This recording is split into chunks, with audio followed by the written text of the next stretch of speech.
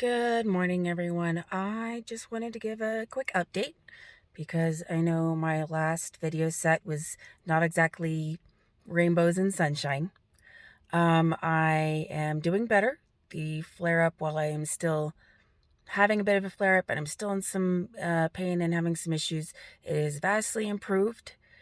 And in part, a large part, I think, because I was able to finally sleep for a couple of nights in a row, which really makes a huge difference.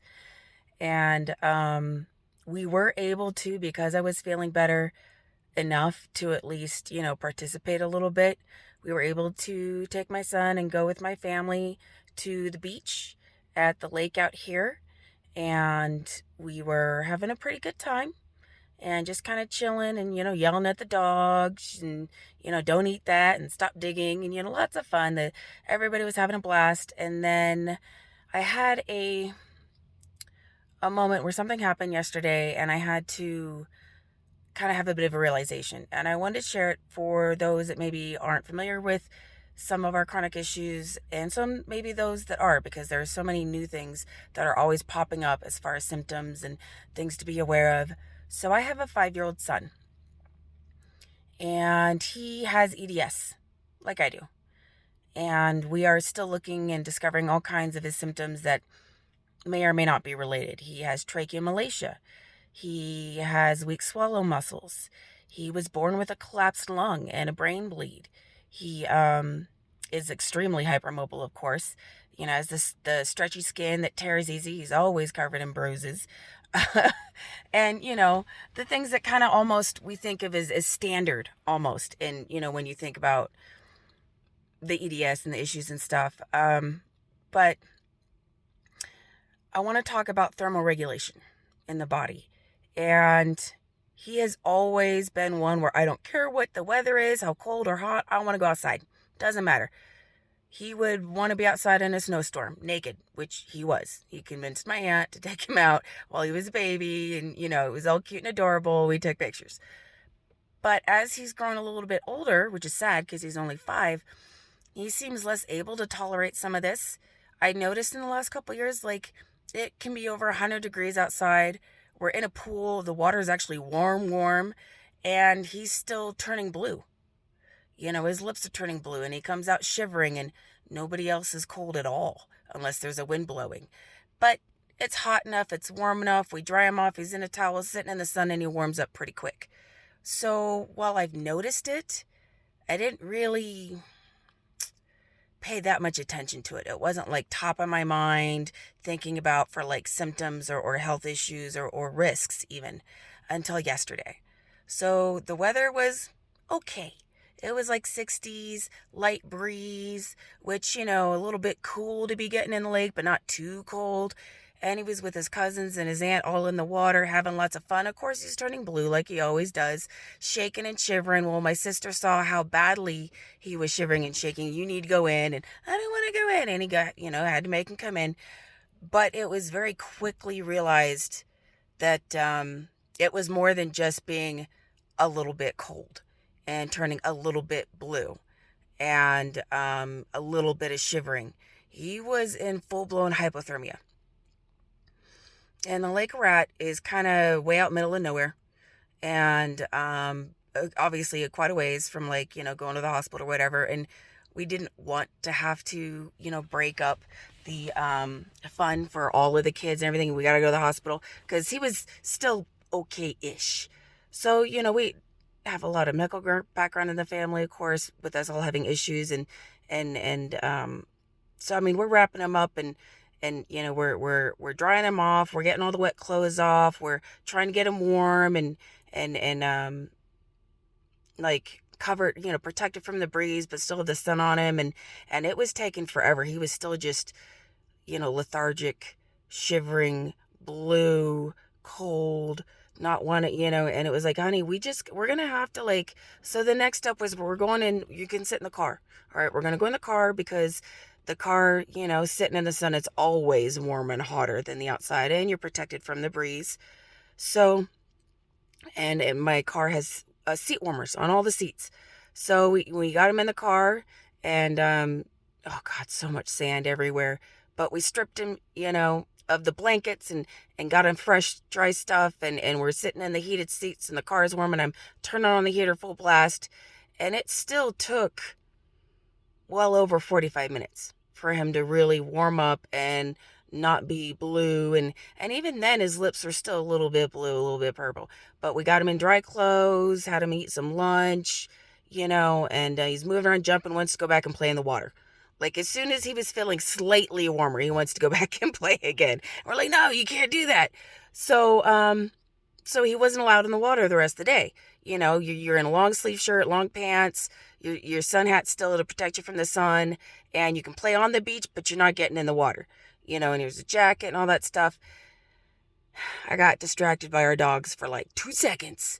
And lo and behold, this child is waist deep in the water again because he wants to go play in the water. He wants to play with his cousins and, have fun.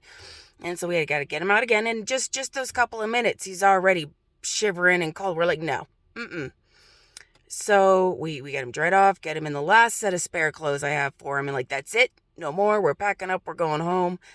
But there weren't any lingering, long-lasting effects. He was, other than the fact that he was cooler than normal the rest of the day. And this child normally is a freaking furnace. You cuddle with this kid and like you're going to sweat.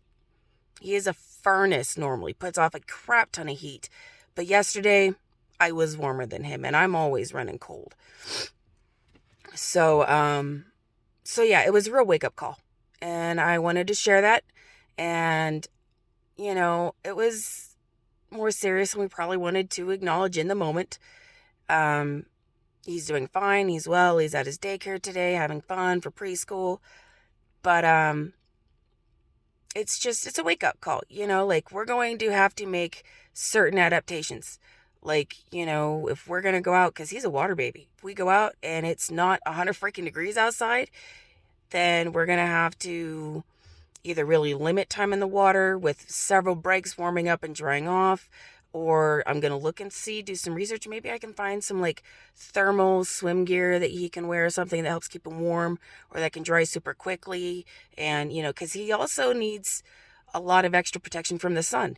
He burns so easily, which we all do. But and then he rashes on his sunburns. He rashes hard and it gets really bad. And so, I got to look at protection from the sun.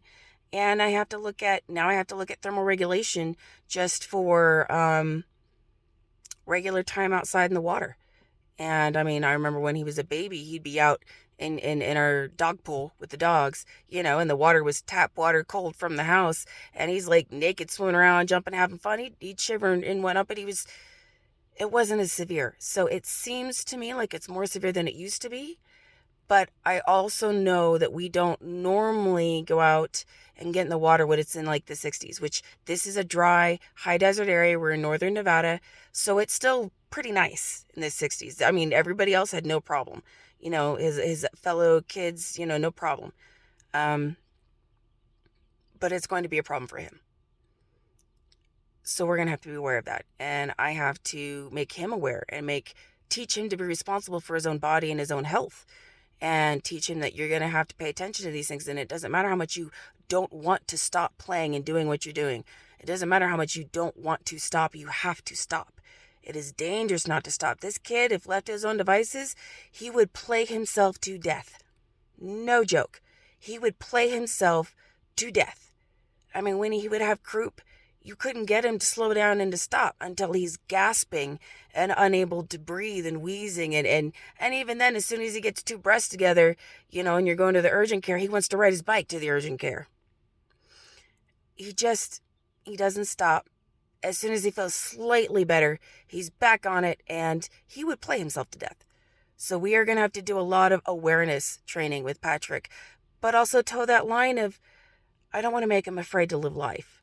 I don't want to make him afraid to do things. I don't want to teach him that he's different and sick and weak or any of those types of things, because he's not. We just have to be aware and take some certain precautions. And so we have to toe that line and be very careful about how we word things, how we present them, and how we follow through with them and remind him. And it's a hard road. It's something I'm not necessarily super good at, but, we're working on it and we're doing our best and we're coordinating and working with his daycare and teachers, and they actually are a big help on how to approach and word things and kind of toe that fine line. But so I wanted to make this video, and I'm doing better. I'm functional today, and kind of point out one of those symptoms that are kind of easily missed, and especially in a group that, when you're kids, when we're kids, it was no big deal. I mean, we'd go swimming in 40-degree water. Whoop-de-doo, it was fun, so it's something to pay attention to. If you know that somebody has a condition that can affect their temperature regulation, or that you suspect they may have a condition because it's genetic and the family has it or something, pay attention. Be aware. You don't need to make them afraid of life. You don't need to not let them experience or try anything, but pay attention. Just another little thing to add to the pile, of course, but I felt it was important, and I wanted to do this video for that. And in case anybody's wondering, this blue headband that I'm wearing, that it's also my headset. And for those of us that have touch sensitivities, or get really sensitive with earbuds and it just hurts or whatever, this is the most comfortable thing I've ever worn in my life. When it comes to having something that also has earbuds and a mic and that I can use, it is the most comfortable thing ever. I'm probably going to buy a million of these and invest in these companies. I don't know, but it's amazing. So you should check them out. I'm not getting any kind of sponsorship or anything. The brand I have happens to be Music Cozy, and I will figure out how to include a link. But there are multiple brands. I don't know if any are better than the other ones. This is the first one I bought, and I just happened to pick this one, and I absolutely love it. But check them out, and check out other brands if you want to. I mean, it looked like there were a lot with really cool patterns and such. But if you have sensitivity issues, this is the most comfortable thing I've ever worn when it comes to earbuds or that kind of thing, Bluetooth and whatnot. So that's my rambling for now, and I will talk to you guys later.